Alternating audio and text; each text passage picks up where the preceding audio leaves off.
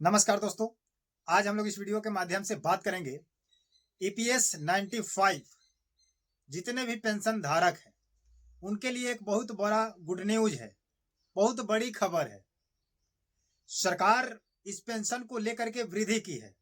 जो पहले आपको 1,000 रुपए मिलता था पेंशन, उस पेंशन को बढ़ाया जाएगा। तो क्या आपको 7,500 रुपए मिलेंगे या 10,000 रुपए मिलेंगे, इसका कंफ्यूजन दूर करेंगे। और किनको किनको मिलेगा और न्यूनतम पेंशन क्या है, और इसमें फ्री मेडिकल की सुविधा है। ईपीएस 95 के जितने भी पेंशन धारक हैं उनके लिए क्या क्या छूट दी जा रही है, क्या क्या अपडेट्स लाई गई है, क्या क्या सरकार उनको दे रही है, ये सारा सिस्टम अपडेट में आ चुका है। उस अपडेट को लेकर के इसमें लिखा गया सुप्रीम कोर्ट का फैसला भी है, समझे। इस पेंशन पर वृद्धि को लेकर के सुप्रीम कोर्ट का भी फैसला है।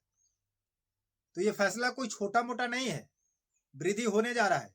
बस आपको यही देखना है कि आपको क्या क्या इसमें मांगा जा रहा है, आपको क्या क्या पूरा करना है और किनको किनको मिलेगा और ईपीएस होता क्या है। बहुत सारे लोग ऐसे हैं जो अभी ईपीएस जानते नहीं है कि ईपीएस होता क्या है, ईपीएस का मतलब क्या है कि नहीं। तो चलिए सभी लोगों को हम बताने का प्रयास करेंगे कि पहले सबसे पहले आपको हम बता देते हैं कि ईपीएस है क्या। ये कौन सा पेंशन है जो मिलता है, 1,000 मिलता था, अब 7,500 से 10,000 रुपए करने की समय आ चुका है और होगा भी। सुप्रीम कोर्ट का आदेश है, किसी छोटा मोटा आदेश नहीं है। ये आपका वृद्धा पेंशन विधवा पेंशन नहीं है, समझ सकते हैं। ईपीएस 95 पेंशन धारक का जितने भी लोग हैं उन सभी के लिए एक बहुत बड़ी खुशखबरी है। इसमें लिखा गया है कि चलिए ईपीएस के बारे में हम सबसे पहले आपको बताते हैं कि ईपीएस होता क्या है। ईपीएस एम्प्लॉयज पेंशन स्कीम 95 यानी कि 1995, केवल 95 लिखा था, उसके आगे नहीं लिखा। तो आप क्या समझ सकते हैं कि कोई लॉ है या अधिनियम है। तो यह अधिनियम है 1995 की अधिनियम है। यह कर्मचारी को भविष्य निधि संगठन ईपीएफओ द्वारा 19 नवंबर 1995 को शुरू की गई एक सामाजिक सुरक्षा योजना है जो संगठित क्षेत्र के कर्मचारियों को 98 वर्ष की आयु के बाद मासिक पेंशन प्रदान करती है।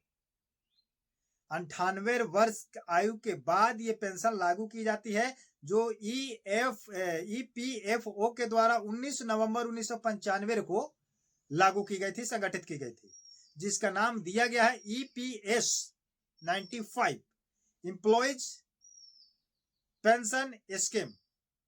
आ रही है बात समझ में।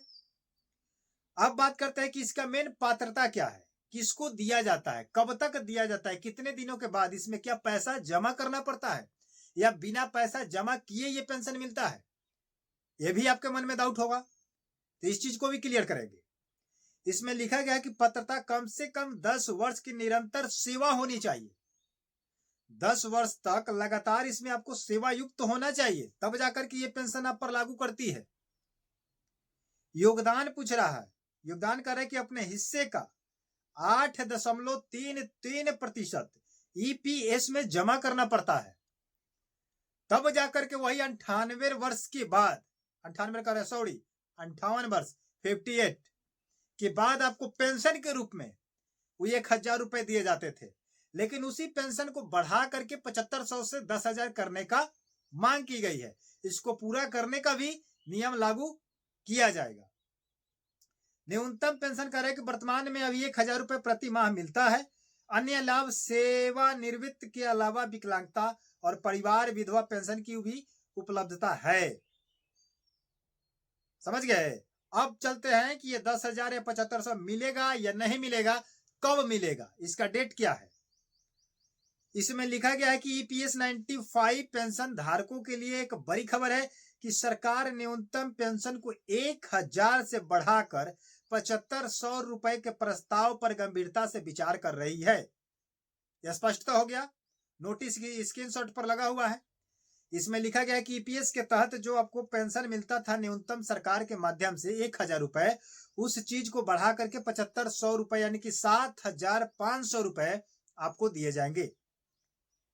नेशनल एजुकेशन कमेटी NSC के पेंशन में बढ़ोतरी, महंगाई भत्ते, DA और पति पत्नी के लिए मुफ्त चिकित्सा सुविधा की मांग कर रही है। इस मुद्दे पर अंतिम निर्णय जल्द होने की संभावना है।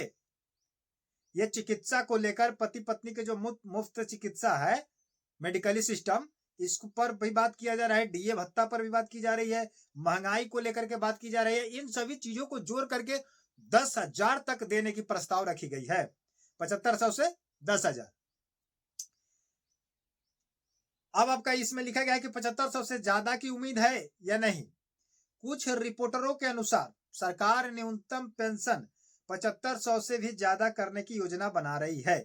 बहुत सारे ऐसे प्लेटफॉर्म है, डिजिटल प्लेटफॉर्म, न्यूज रिपोर्टर जो है वो लोग दिखा रहे हैं, बड़े बड़े जो न्यूज चैनल है, कि ये 7500 से बढ़ा करके और देने की प्रयास किया जाएगा। यानी कि लिमिट लगाया गया है 10,000 तक, उससे अधिक नहीं। फ्री मेडिकल की सुविधा दी जाएगी। फ्री मेडिकल में लिखा गया है कि पेंशन धारकों को जीवन साथी के साथ फ्री मेडिकल की सुविधा UDID कार्ड के जरिए, आपको कार्ड होना चाहिए, वो भी कौन सा कार्ड, UDID कार्ड के जरिए देने के भी मांग की जा रही है। कार्ड होगा, चिकित्सा मुफ्त मिलेगा, फ्री मेडिकल लाइन मिलेगा, अन्यथा आपको नहीं मिल पाएगा। आंदोलन की चेतावनी दी गई है कि NSC ने सरकार को चेतावनी दी है कि यह जल्द ही पेंशन वृद्धि की घोषणा नहीं की जा सकती है तो देशव्यापी आंदोलन किया जा सकता है। गवर्नमेंट से मांगा गया है कि अगर जितना जल्द इस पेंशन वृद्धि को 7500 से 10,000 अगर नहीं किया जाता है तो इस पर आंदोलन किया जाएगा, स्ट्राइक किया जाएगा, हड़ताल किया जाएगा, विरोध किया जाएगा। EPS 95 पेंशन धारकों के तरफ से ये लागू की जा रही है। यह सुप्रीम कोर्ट का भी आदेश है कि समय पर जल्दी से जल्द बढ़ा दिया जाए। आ रही है बात समझ में? और थोड़ा सा इंपॉर्टेंट बातें कही गई है, इसका भी चर्चा हम लोग कर लेते हैं। सुप्रीम कोर्ट का फैसला 2022 में सुप्रीम कोर्ट ने उच्च वेतन पर योगदान करने वालों के लिए उच्च पेंशन के विकल्प को बरकरार रखा था, जिसके तहत अब योग्य सदस्य आवेदन कर सकते हैं। जो इसके योग्य हो चुके हैं वो आवेदन कर सकते हैं और उनको उच्च पेंशन के विकल्प मिल सकता है, यानी कि 7500 10,000 तक पेंशन दी जाएगी। ये हम नहीं कह रहे हैं, ये सुप्रीम कोर्ट 2022 में भी इस चीज को अलर्ट किया था। 2022 ने फैसला लिया था और उस चीज को फिर से ये दोहराया जा रहा है। अगर देरी होगा तो इस पर कार्रवाई किया जाएगा। आ गई बात समझ में? तो जल्द से जल्द आप लोग चैनल को सब्सक्राइब नहीं किए हैं तो सब्सक्राइब कर लीजिए, वीडियो को लाइक कर दीजिए, मेरा मोटिवेशन को बढ़ा दीजिए। और EPS 95 के जितने भी पेंशन धारक हैं जल्द से जल्द कमेंट सेक्शन में बताइए। अगर आपको कोई दिक्कत है, कोई परेशानी है या कोई जानने की जानकारी को लेकर के आपको कमी है तो आप उस जानकारी